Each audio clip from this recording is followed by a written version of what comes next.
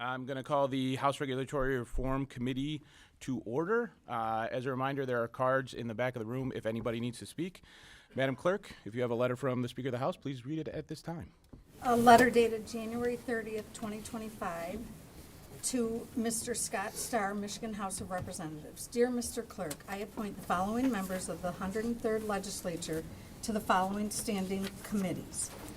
The Committee on Regulatory Reform, Representatives Aragona, Chair; Fairbairn, Majority Vice Chair; Wozniak, Wenzel, Tisdall, Hoadley, Nyer, Regas, Thompson, Linting, Liberati, Minority Vice Chair; Carter, Whitsett, Whitwer, Neely, Devendorf, Grant.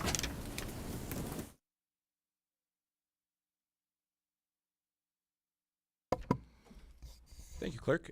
Please take attendance at this time. Here. Representatives Fairbairn, Here. Wozniak, Here. Wenzel, Here. Tisdall, Here. Hoadley, Here. Nyer, Here. Regas, Here. Thompson, Here. Linting, Here. Liberati, Here. Carter, Here. Whitsett, Two guys. Whitwer, Here. Neely, Here. Devendorf, Grant. Here. Mr. Chair, you have 15 members present. You do have a quorum. Thank you. Representative Liberati moves to adopt Thursday at 9 a.m. in room 519 of the House Office Building as the normal day, time, and location for a meeting of the House Committee on Regulatory Reform. Will the clerk please take the vote? To adopt the date, time, and location, Chair Aragona, Yes. Representatives Fairbairn, Yes. Wozniak, Yes. Wenzel, Yes. Tisdall, Yes. Hoadley, Yes. Nyer, Yes. Regas, Yes. Thompson, Yes. Linting, Yes. Liberati, Yes. Carter, Yes. Whitsett, Whitwer, Yes. Neely, Yes. Devendorf, Yes. Grant. Yes. Mr. Chair, you have 16 yeas, 0 nays, and 0 pass. The motion is adopted. Thank you, Madam Clerk. And I'd like to backtrack a little bit. The House Committee on Regulatory Reform will follow uniform committee rules stated in Chapter 4 of the House Rules that were adopted on the House floor. Policy is now handing out a rule that I am proposing. I'm going to wait until that's handed out. Okay.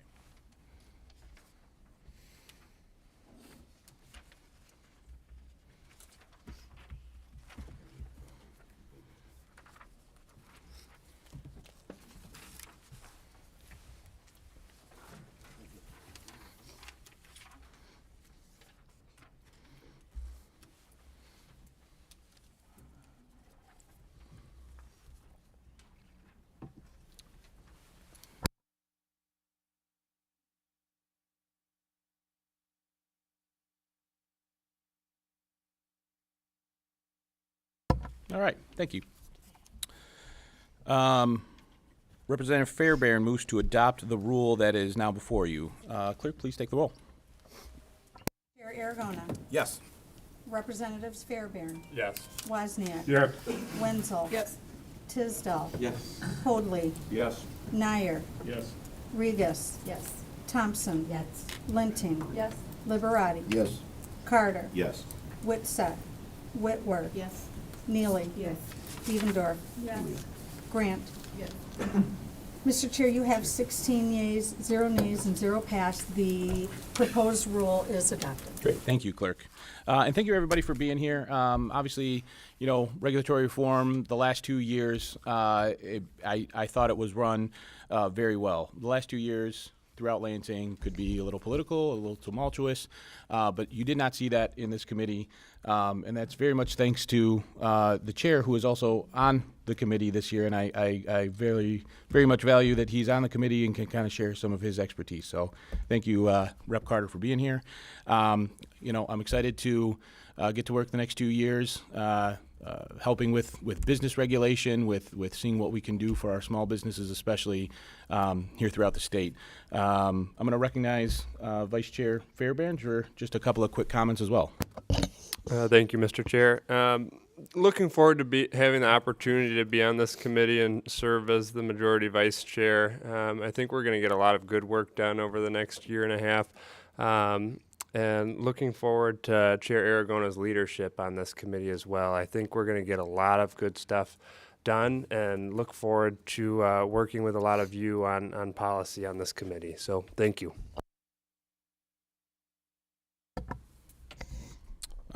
Thank you, Vice Chair Fairbairn.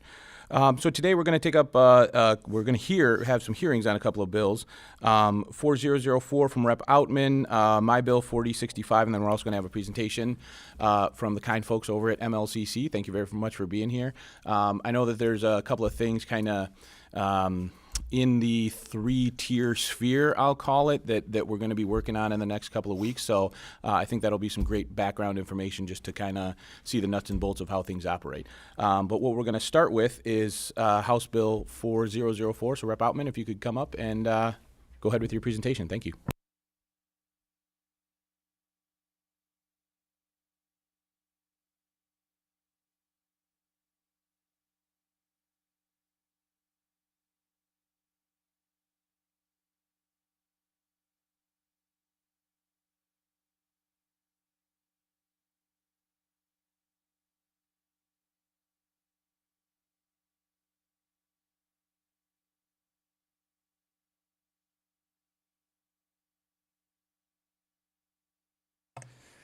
Well, thank you, Mr. Chairman and committee members for the opportunity to testify in my lottery bill. In a nutshell, House Bill 004 would allow multi-state lottery winners to remain anonymous here in Michigan. This legislation, I believe, is not only long overdue, but it's also a common sense, bipartisan approach that addresses important concerns for Michiganders. So first, I'd like to start with a little background on this issue and why I believe this bill is necessary for the safety, privacy, and overall well-being of our citizens. So to start, this is a reintroduction of a bill that I was honored to sponsor last term that was passed out of the House with near unanimous bipartisan support. In fact, this is my third time sponsoring this legislation, so hopefully the third time is in fact the charm here. Now, the first session that I sponsored the bill, it passed the House with a vote of 108 to 1. And last term, it was a similar story as well. Unfortunately, despite its strong backing in the House, we could not get it across the finish line due to inaction in the Senate. But I have a good feeling about this time. So it's also important to note that 11 other states already protect the identity of multi-state games, and there are clear reasons why. So why is this bill necessary? Well, in today's digital age, maintaining privacy and ensuring personal safety has become paramount concerns. In the age of the internet and social media, it has become increasingly easy to obtain access to somebody's personal information, including lottery winners. This heightened visibility raises the risk of fraud, harassment, and even physical harm. Requiring individuals to reveal their names when they win a lottery prize is like throwing meat into a shark-infested ocean. We've heard countless stories of lottery jackpot winners facing numerous challenges, and sometimes tragic ones, including death. Beyond safety concerns, lottery winners who are publicly identified often become targets for solicitations and scams. What should be a time of celebration can quickly become a period of stress and anxiety. Maintaining public trust in our lottery games is essential, and while transparency is crucial, we must consider the potential negative consequences excuse me, when it comes to safety and privacy. Now, I'm aware that some have argued that this would affect lottery ticket sales, and I simply don't see the evidence to back that up.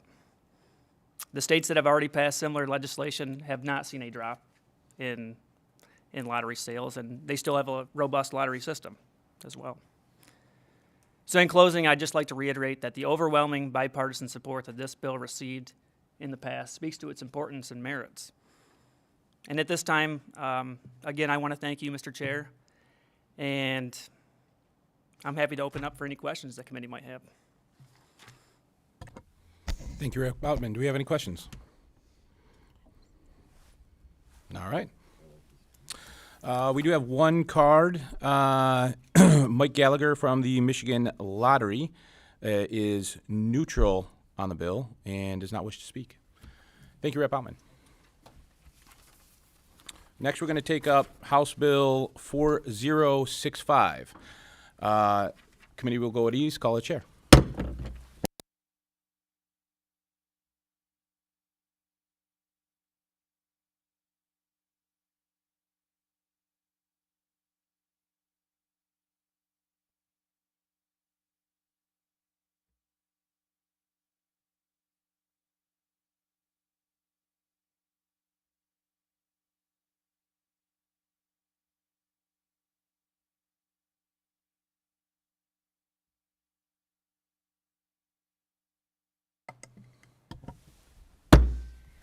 The committee will come to order.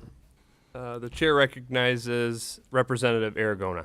Thank you, Mr. Chair. And thank you, committee, for considering House Bill 4065.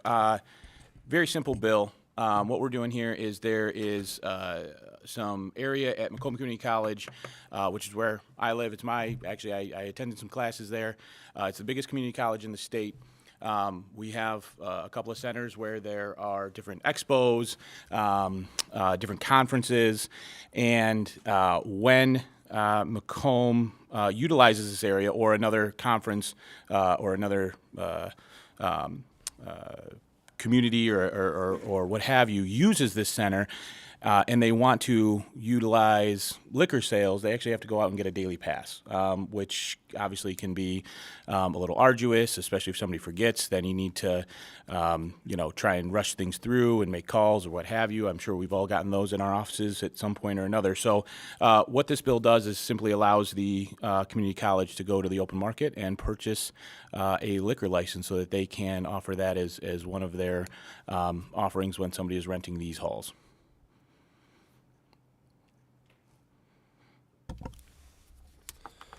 Wonderful, thank you.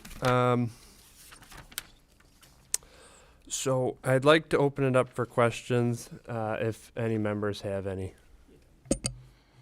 The chair recognizes Representative Carter.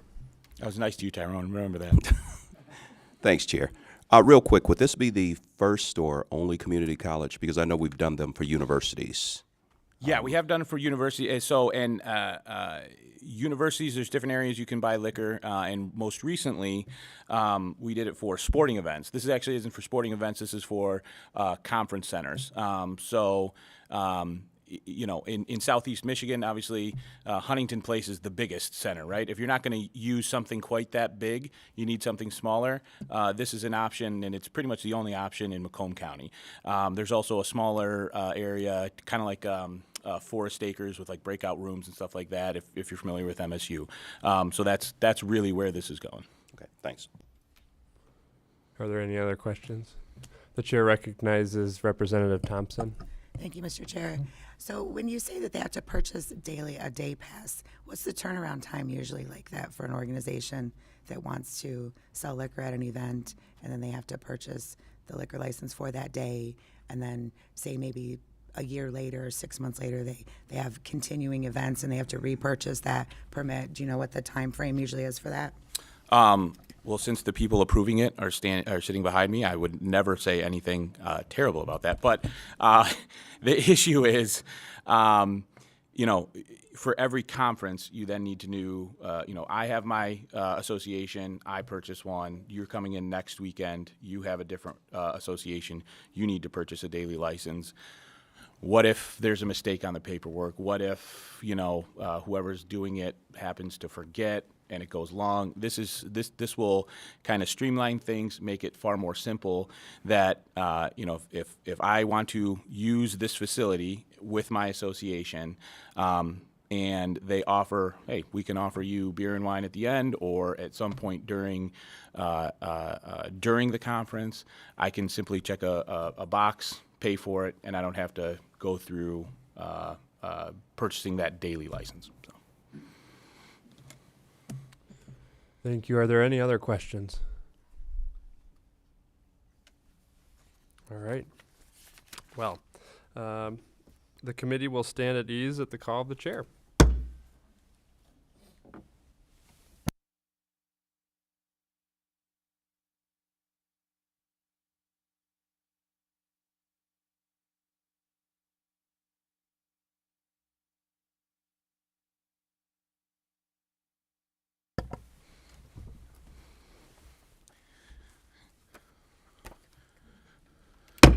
I'm calling the Committee on Reg Reform back to order. I noticed it's February 20th. Rep. Fairbairn was sworn in on the 8th, and he's already assuming the gavel. I mean, that's a meteoric rise right there, so well done, sir. I do have one card. Dave Martin from the Michigan Liquor Control does not wish to speak but supports the bill. All right. Next, we're going to bring up the Michigan Liquor Control to do a brief presentation.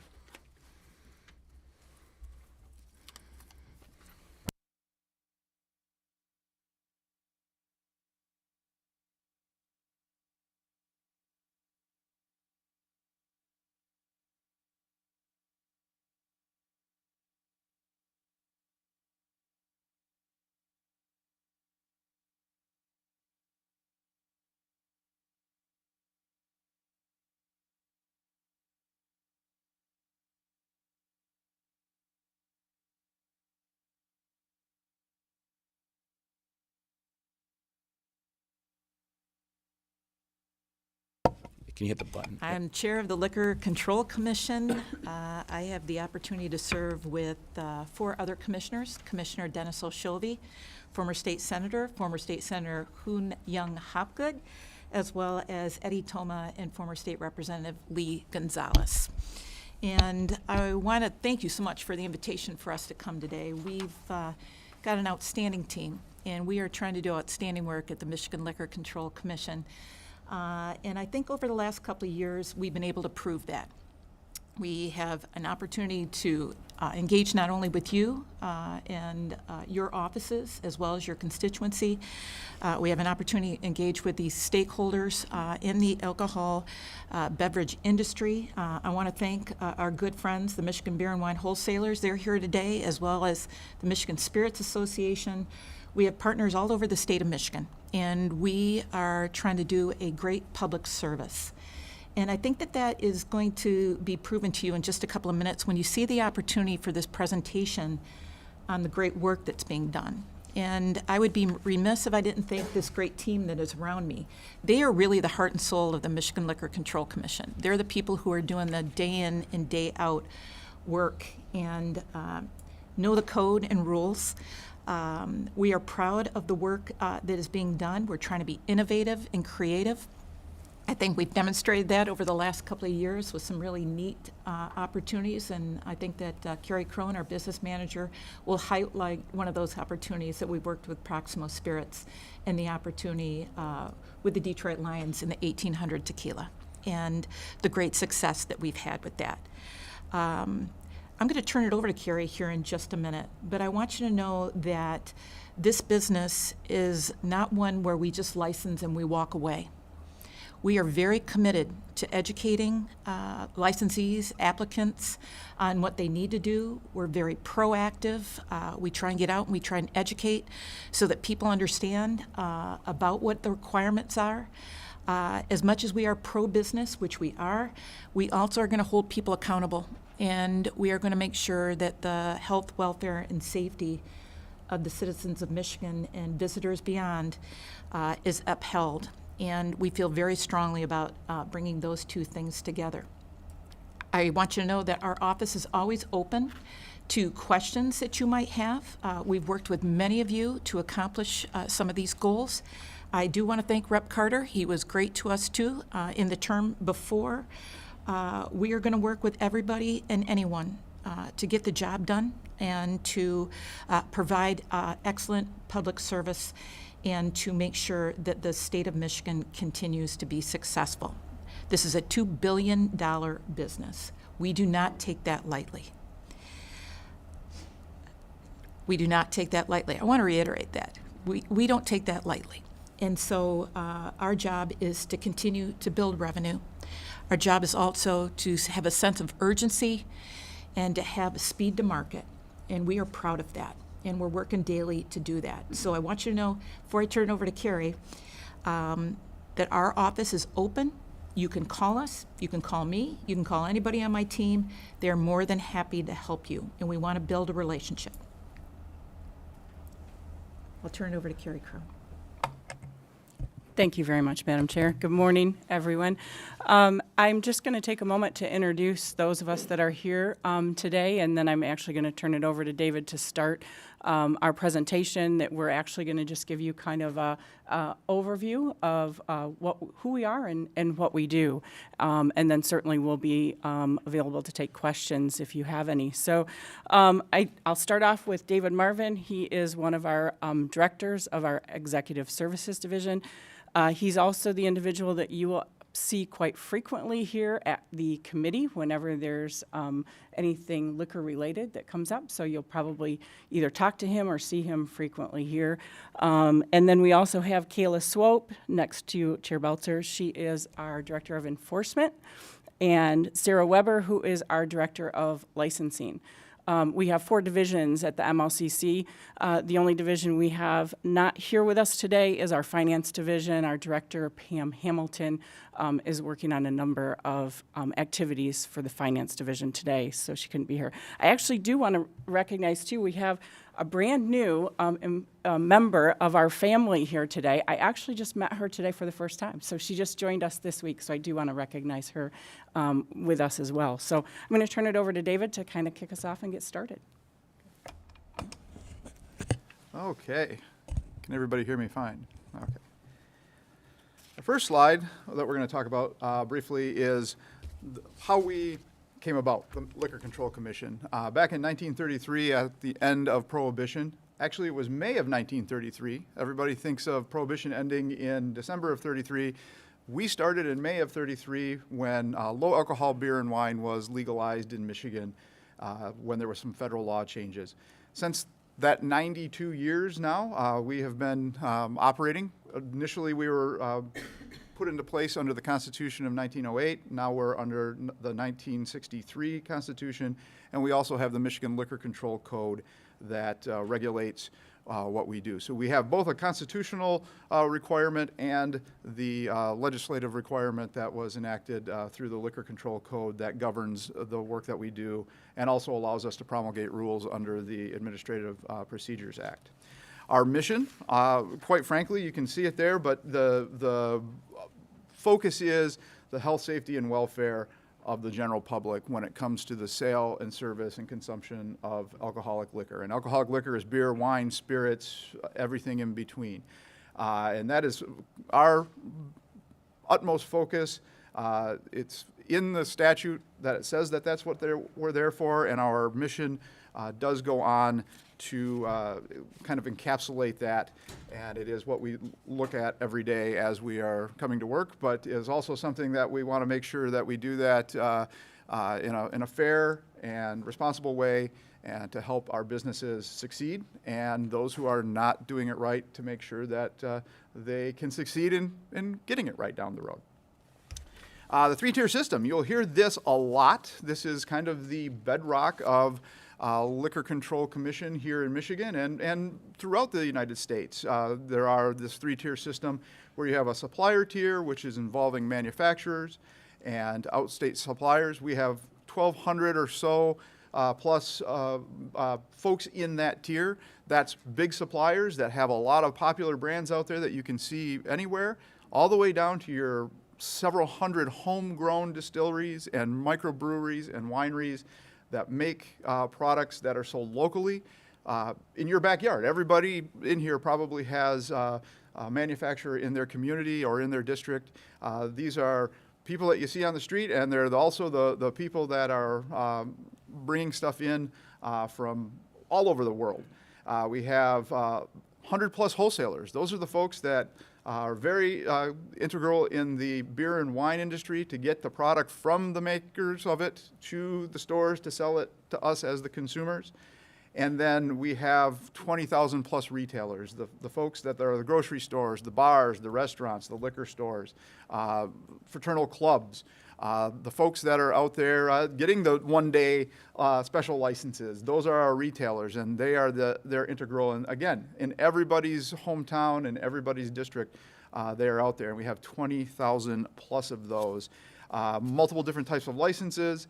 There's about 30 different license types you can get out there that we offer that have a variety of things they do, and each one of them has its own unique situation and things that they have to do, all through the legislation that legislators have over the last 90 years put into place and have been enacted.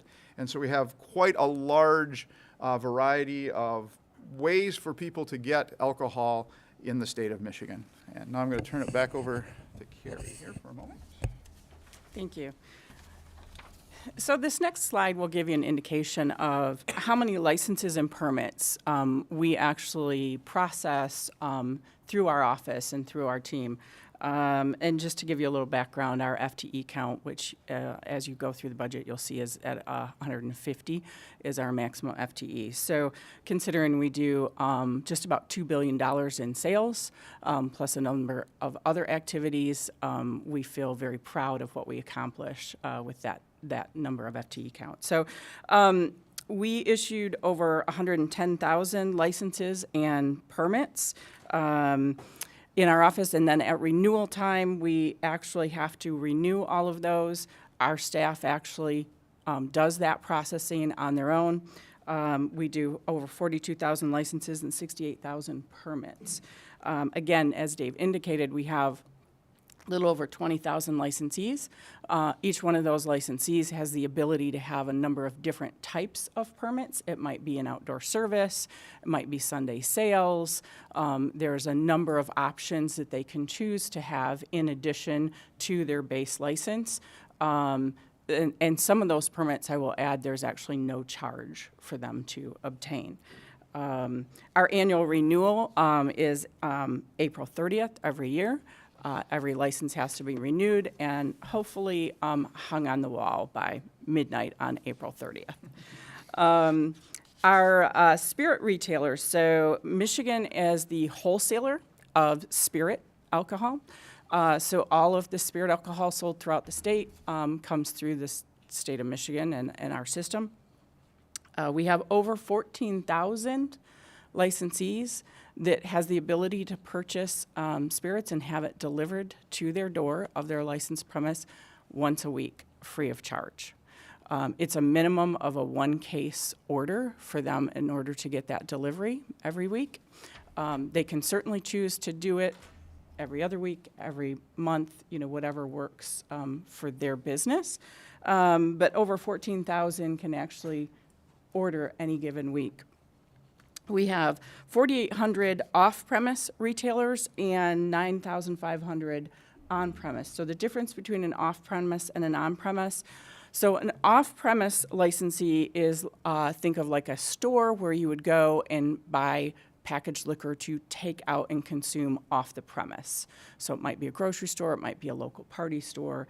An on-premise licensee is a licensee where they actually are approved to sell and consume that alcohol on the premises. So that would be more like a bar or a restaurant, club, golf course. So that's the difference between those couple terminologies.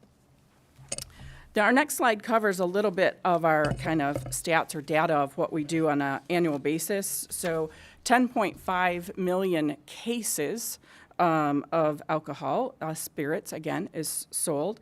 We have our average case price and average bottle price. I want to highlight a couple things. The number of bottles sold, 173 million.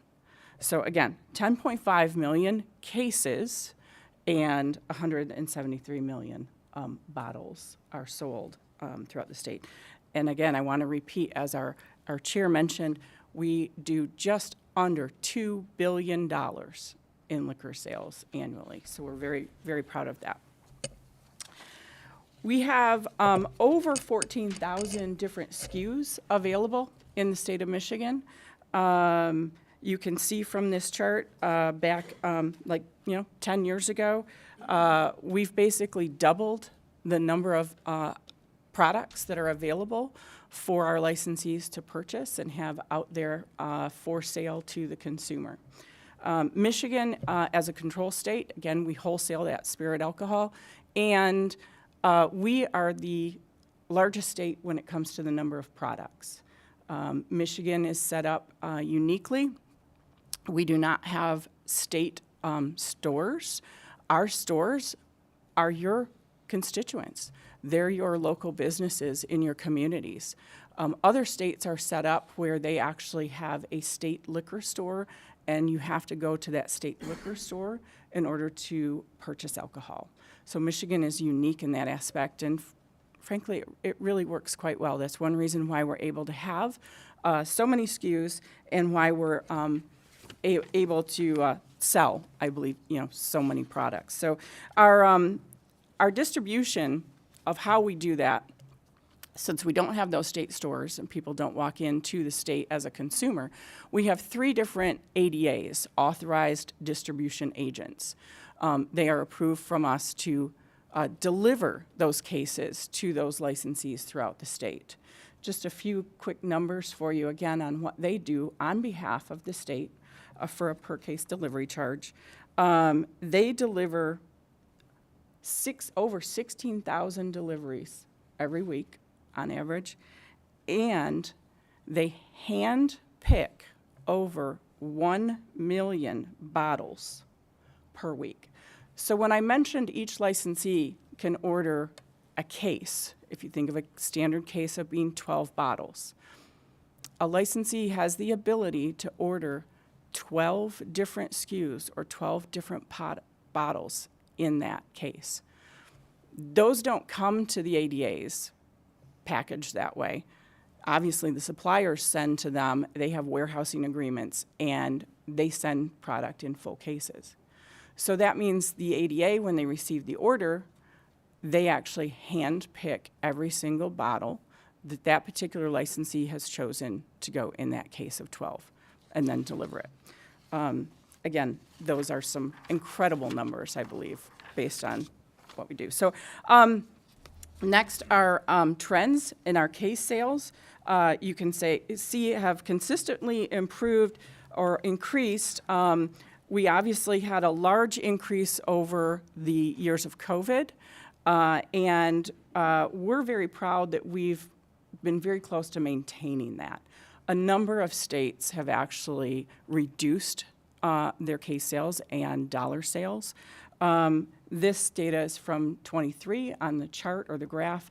Our unofficial numbers for fiscal year 24, we haven't been able to close that out officially to say that's true, but it's a 1% increase unofficially in sales and a decrease in cases by about 0.5% or just under 0.5%. So really that's not a drastic change, but it does indicate that our dollar sales, are going up. Currently for fiscal year 25, we're running about flat or just a little down in our sales. Very happy with that compared to other states of what's going on in trends across the country. They're down considerable, some of them in double digits. Just to highlight some of the things we've done over the past couple years, knowing that we needed to try and maintain those sales and maintain those offerings for our licensees and citizens. As our chair mentioned, we changed our policies on products and delisting about not quite maybe 2 years ago, 1.5 years ago now, to be a little more accepting of products. We have the one she mentioned where it was a specialty label. Prior to that change that we put into place, approved by the commission, that specialty label would not have been allowed in Michigan because it is actually the exact same liquid in the bottle. It's the exact same SKU, in other words, from our point of view previously. But we recognized in order to have those offerings, those increased sales, we need to allow a specialty type label. So that one she mentioned was for the Lions. It was a great run when it came through, and we still are proud of that for our team here in Michigan. But when that launched in the fall of 23, in the first 6 months, we sold over $3 million of that one product. So by us trying to think ahead, look at what might be happening, what's going on in other states, and trying to adopt, make those changes that we can do within our control at the commission, we've been able to maintain those sales and not take a dip, again, which a lot of states are seeing across the country. I'm going to turn it back over to David to continue for a couple more slides. The next slide is just kind of a sample breakdown of how a minimum shelf price on spirits is calculated. You'll walk into your local liquor store, your grocery store, and you'll see a lot of times they'll say state minimum price or lowest state minimum price on products. That state minimum price is a price that the Liquor Control Commission sets based off of the statute. The statute says the commission shall price spirits products so that it will return a 65% profit to the state of Michigan. And you have a vendor that says, I want a bottle price at a certain level, a certain price point. They will quote that price to us at a much reduced price, and we calculate that 65%. We calculate there's 4% additional use taxes that the statute requires us to put into that. And then that comes up with a minimum shelf price that you and I and all of your constituents are paying when they're going in to purchase those items. Now, there is a 17% discount from that shelf price that the retailers are paying, so that they are making a minimum of that 17% profit on those products. So this is kind of a brief explanation of that. There's a little more math behind it, but this will help you understand. And if you ever have a constituent that has a question about how those minimum shelf prices are set, this is a good example of how those are done so that they can understand where some of that is. There are some federal taxes, there's some taxes, or some profit to the suppliers, and then obviously that amount that goes right into the state coffers. And where does all that money go? This last chart here shows, and this is these are estimated for fiscal year 24, so these numbers may change a little, probably not going to change a lot as we're just closing out our books and doing some auditing on them. This is inclusive of the profits from the sale of alcohol and also the licensing fees that come in. And you can see this pie chart, big chunk of that, $410 million estimated from fiscal year 24 going right into the general fund for anything that the legislature is appropriating it for. Then there are a number of pieces of that pie that are by statute required, different places where different portions of that money go. You can see the Convention Facilities Development Fund that's distributed back out to counties, 75, almost 76 million. Local governments, school aid gets 75.5 million. Local governments, we share 55% of the retail license fees with them. So if you have a $100 license, that local government where that license is issued gets $55 of that. Those $55 add up very quickly to almost $9 million. The MLCC keeps a portion of it, of that other, well, it's 41.5%. There's some other money that goes elsewhere. We keep a portion of that money for our operations.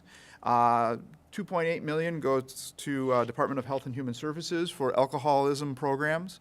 And then Michigan Department of Agriculture and Resource Development it fluctuates year to year depending on the number of manufacturer type licenses, but they get about 800,000. This year was a little bit lower, 745,000 that goes to the Craft Beverage Council.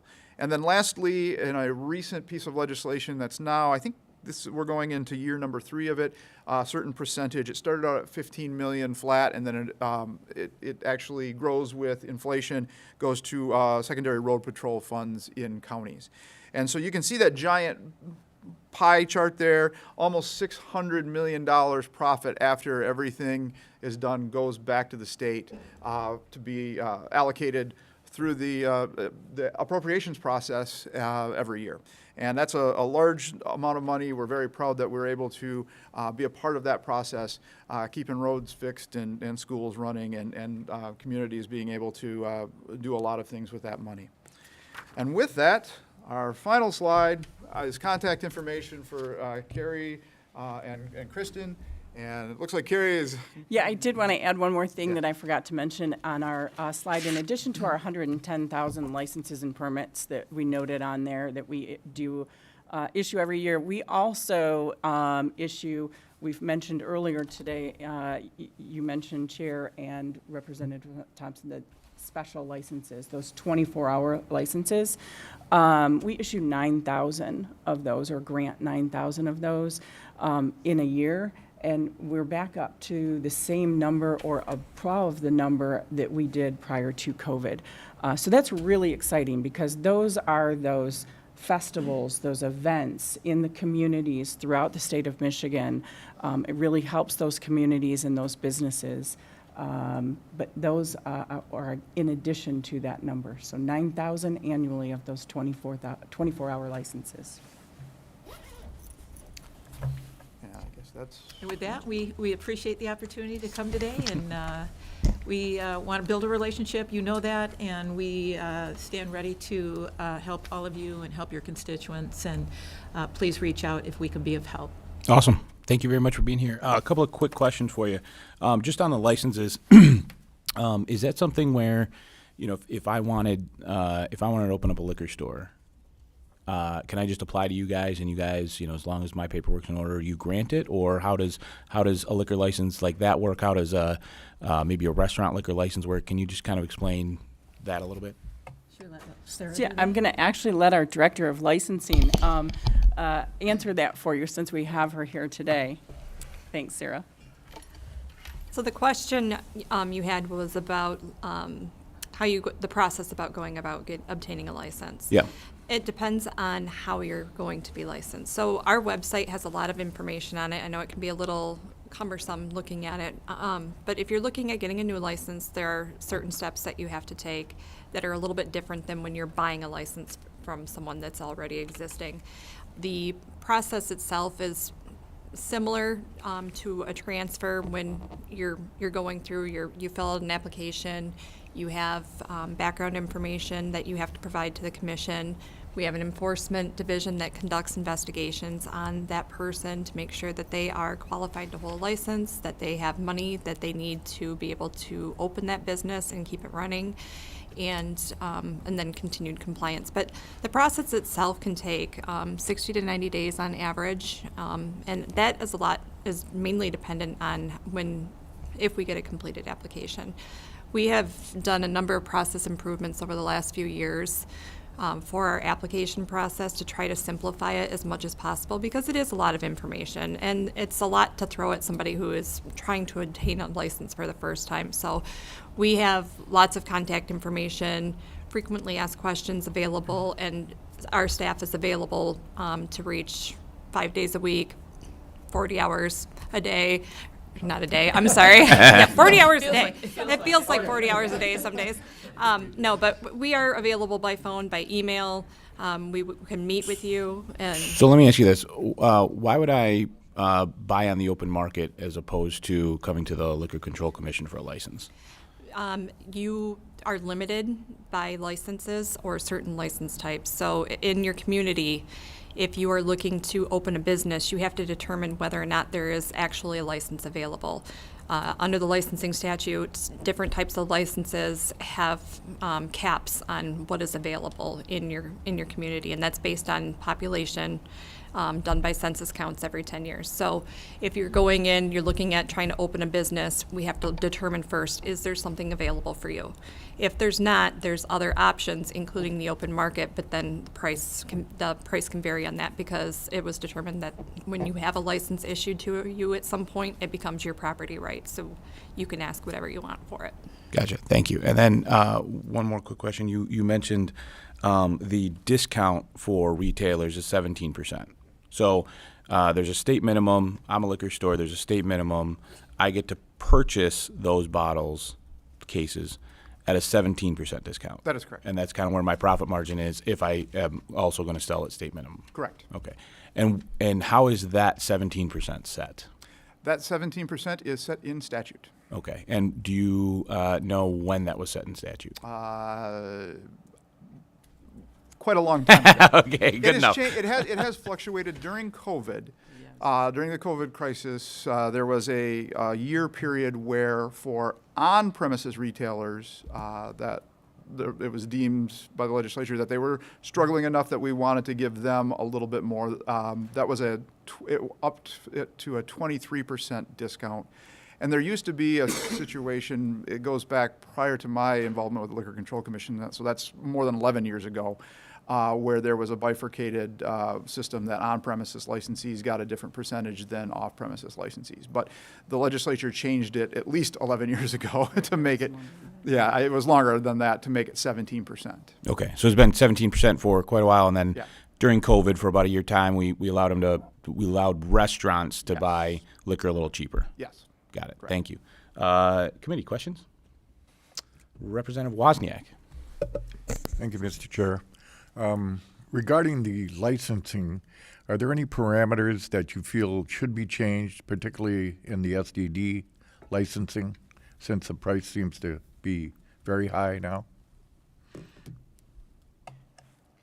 So Anybody? Yep. If an STD license, so that's a license for an individual to be able to sell packaged spirits.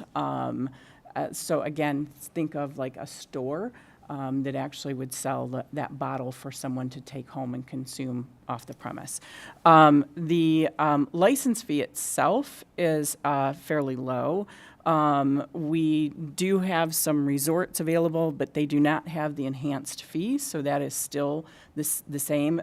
If someone were to actually purchase from an individual and buy that independently, that price could be a lot higher. We don't regulate that, and frankly, we don't even track what they sell for. That is a private transaction amongst those business individuals.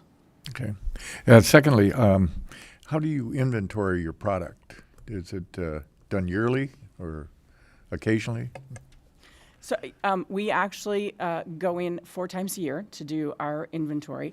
During COVID, obviously, we did not do inventory during that time period. We could not get into the warehouses. We were concerned with any exposure situation for our warehouses, as well as to our licensees, because remember, they deliver right into those licensees' premises. So, but we do inventory. It is a spot inventory.